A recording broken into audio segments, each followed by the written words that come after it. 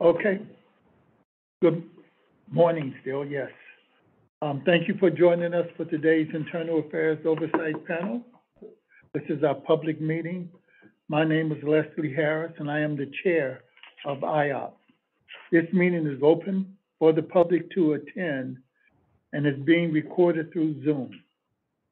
Zoom has been set up for video recording purposes and is not an option for public participation at this time. Public comment will not be held during the meeting. You are welcome to submit any comments that you have to the OPEC board at boston.gov, and they will be acknowledged at the next OPEC Commission community meeting. Introducing our commissioners, we Ms. Allison Cartwright, who is present, Ms. Christina Miller, who is present. Morning. Julian Mundell is not present.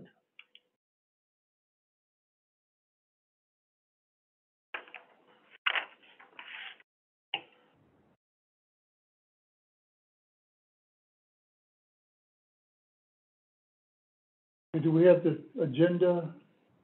Yes. So we will go through the agenda that's on the screen. Each board member should have a copy of their agenda in their folder. First order of business is to approve the board meeting from, is it October? No, I mean, from March? January. Okay, that was our last, too many meetings. From January. I have a motion to accept the minutes. I move to accept the minutes. Second. That's for January 19th. All those in favor? Aye. The minutes are accepted.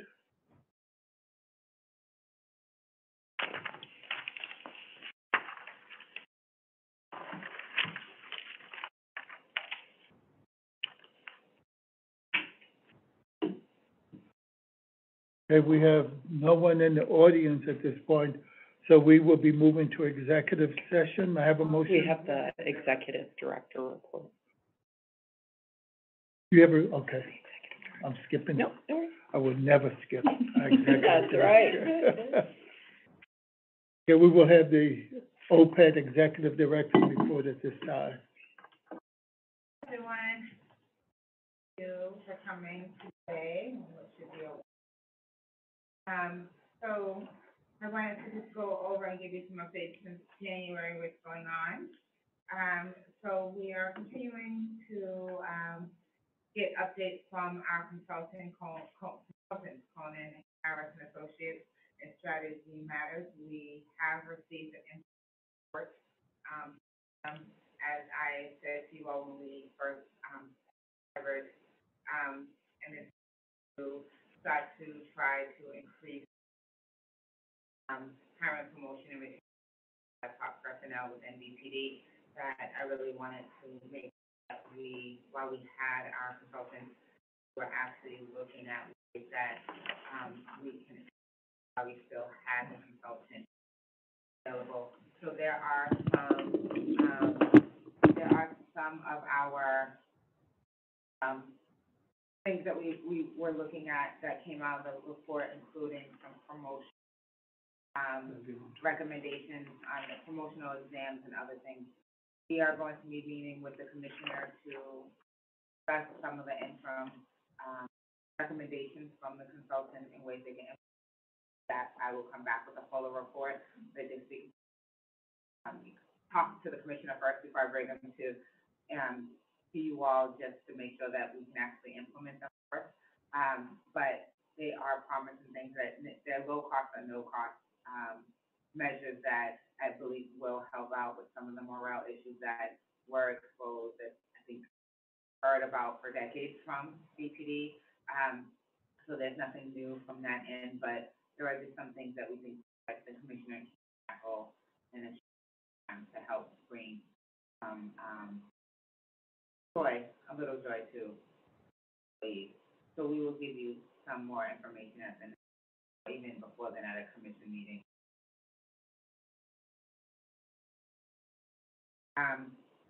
So you may have heard also, moving on to the next item, that we, have been working with the Boston Police Office on BPD Rule 317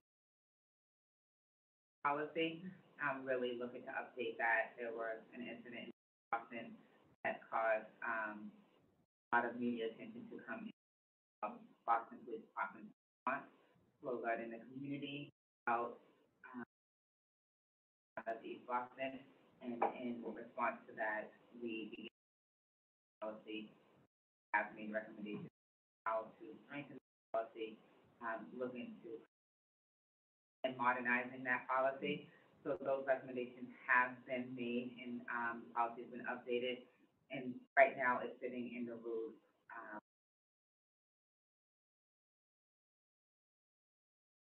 will help, create more transparency, but also not really hindering on the ability of BPD to do its job. The rules, and procedures that you find on BPD's website are for BPD to follow, and which we use when we're looking at, if there's been any misconduct and even when those. But there are some ways in which that those to figure out what they, as a community, what we as a community can look forward to and how we can be responsible. So, I'm sorry, go on. is this the disparate treatment of a person of color being missing as opposed to white person? It wasn't, I don't know if there was a disparate treatment, it was just a lack of notification. It was when the person went missing versus, so that case was involving the notification lag. The person went missing, and then, but they are residents of East Boston. There was a lag in when died, of the person. At the policy of notification, not clear policy.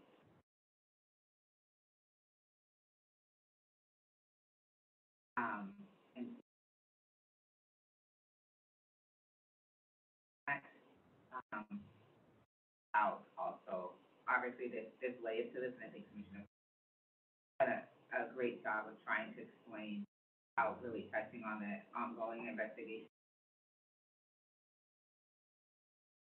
I don't want to go into too much details about that. What we wanted to do at OPAT was really look at, how can the public, but I also understand that there's some times where notification may be delayed, because of the investigation. Also, just making sure that the policy itself is clear enough so that it's appropriate are given, that CPA is allowed to do its job, but the policy actually is modernized in a way. We will be doing more of that. That's just the first policy that we actually looked at. As we reported out last time, that we have our own ordinance of things that we needed to do, OPAT. So we've done all the things for the dashboard, so we are now moving into looking at BPD policies where we can see that there's things that need to be modernized, and made more accountable so that the policies fine, and that when there is a question of, is this something that we should be doing, meeting BPD in the community together, does this make sense without impeding on investigation? Let's try to strengthen this policy or make. Now, is there any need or request that the IAOP or the community, board be involved in any of this, or? Yes and no. So yes, everything we do will bring out to everyone. This is part of me letting you know. So this one was obviously media, so this guided a little bit quicker. But as we at OPAC start going through them, the commission will know which one doing We'll start it here, but they all go through DPD policies, school committee for final, but, I think one of the things that I would, and are on everyone to look at, and we talked to the CRB about this as well, as you're going through your cases and you start to see that we keep seeing this repetitive, so this is something that they keep looking at. We need to see if this policy is outdated or it needs to be explained. So Scott is behind you all. Some of you have not met him yet, but I'll introduce him in a minute. This is the reason why we have the mediator, see some of this through that as well. Is that he's not really aware of what the policies are. There is our panel of what we believe DPD should be doing, say they are allowed to do. Sometimes they just haven't kept up with time. Some things change because of the state statute. Make sure that everything is happening together. The Rules Committee at DPD is working on changing things. A lot of their focus is keeping up with the state statute and making sure their rules are meeting the state statute. And then I believe our role is to say, okay, you can keep up with the statute, but there's other things that are happening too that we want to make sure that you're not losing focus on while you're keeping up with it. There are ways that we can do that, and again, we have to see some commonality and policies to that. You do have that in your ordinance to look at policies and policy. I would definitely policy want so policy ways to change it. Do that. I actually wrote that. We wrote 317 twice. So I'm happy. We wrote it all the way, and then they asked us to do something different. I happily did it again. So if you ask me to write policy, I'm going to write.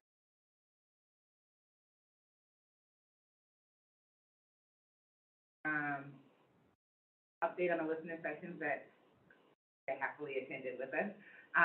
We had 3 listening sessions, and we had one here, one online, and one at the Roach, UCYF Roach Center in West Roxbury. The overall takeaways that we got is just making sure that we continue to be transparent about who we are, finding ways, even with policy,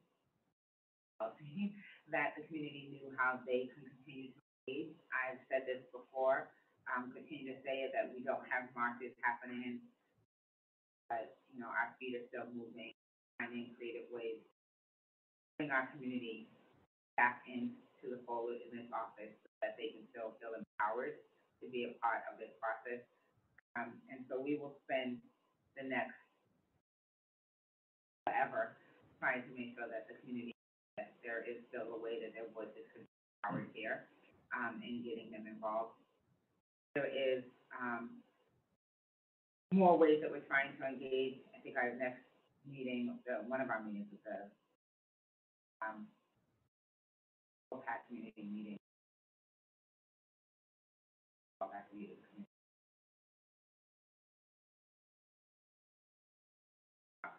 We had very same thing. But we're going to continue doing that, but we're going to do it now with bringing in others, and so one of them is getting to talk for the community. I've been here, and what I've always said is that we need to build trust on all sides, and I can't keep asking the community to trusting the Boston Police Department to start with the head and learning actual job entails. Command staff is, I don't even think a lot of people know what that is. So really having the commissioner available about what he does every day, and not just arresting, not through the lens of the media. A lot of everyday people know who the is on sound bites or quotes through media. So, but I'm hoping to large community space youth advisory council members. It allows the community to actually have these,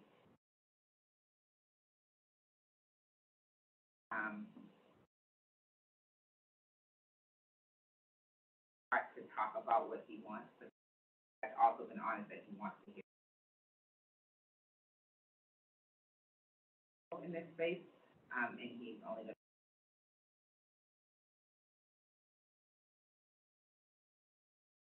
they want from him. So I'm hoping that we're doing that on June. About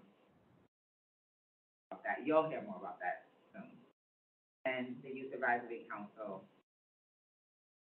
off, and they'll have the next meeting. They met in February, and they set their schedule for the year, so they'll be bi-monthly. And then the next meeting is about what kind of structure they drive their own shift, given guidance by community. Let me in sometimes. But they decide if they want a president or a chair. We'll do those little basic things, and then go from there. But they're a real good bunch of opinions. For them as well. You're always welcome.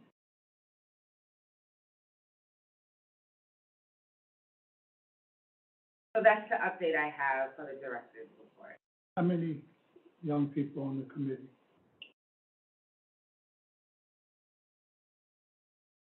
15? 15. I know I met a couple, but 15. Just 15. Well, we have 15 seats open. Right, I think yeah, right now we have about 12 kids signed up. That's good. We haven't closed out the application, we're just let it sit there.